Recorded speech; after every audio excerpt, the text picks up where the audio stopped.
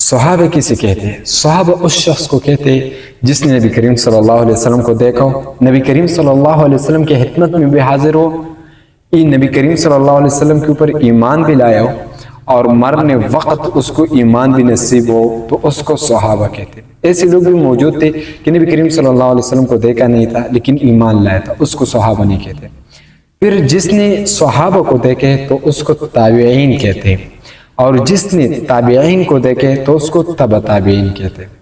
پھر صحابہ جو سب صحابہ مرتبے میں برابر ہے یا کم ہے یا زیادہ ہے، تو سب صحابہ کی مرتبے آپس میں کم زیادہ ہے، لیکن تمام امت مسلمہ سے صحابہ جو ہے افضل ہے۔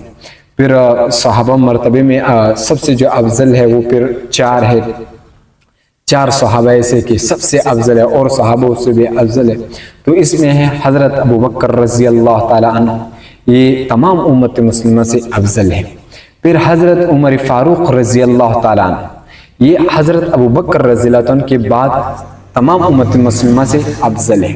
پھر اس کے بعد ہے حضرت عثمان غنی رضی اللہ تعالی عنہ، یہ ابو بکر عمر کے بعد تمام امت مسلمہ سے افضل ہے۔ پھر حضرت علی رضی اللہ تعالی عنہ، یہ حضرت عثمان، حضرت ابو بکر اور حضرت عمر رضی اللہ عنہ، یہ تینوں کے بعد تمام امت مسلمہ سے افضل ہے۔ سب سے افضل حضرت ابو بکر رضی اللہ عنہ ہے، پھر حضرت عمر رضی اللہ عنہ ہے، پھر حضرت عثمان غنی رضی اللہ عنہ ہے، پھر حضرت عمر رضی اللہ علی رضی اللہ عنہ ہے، یہ پھر اس طرح چار ہے۔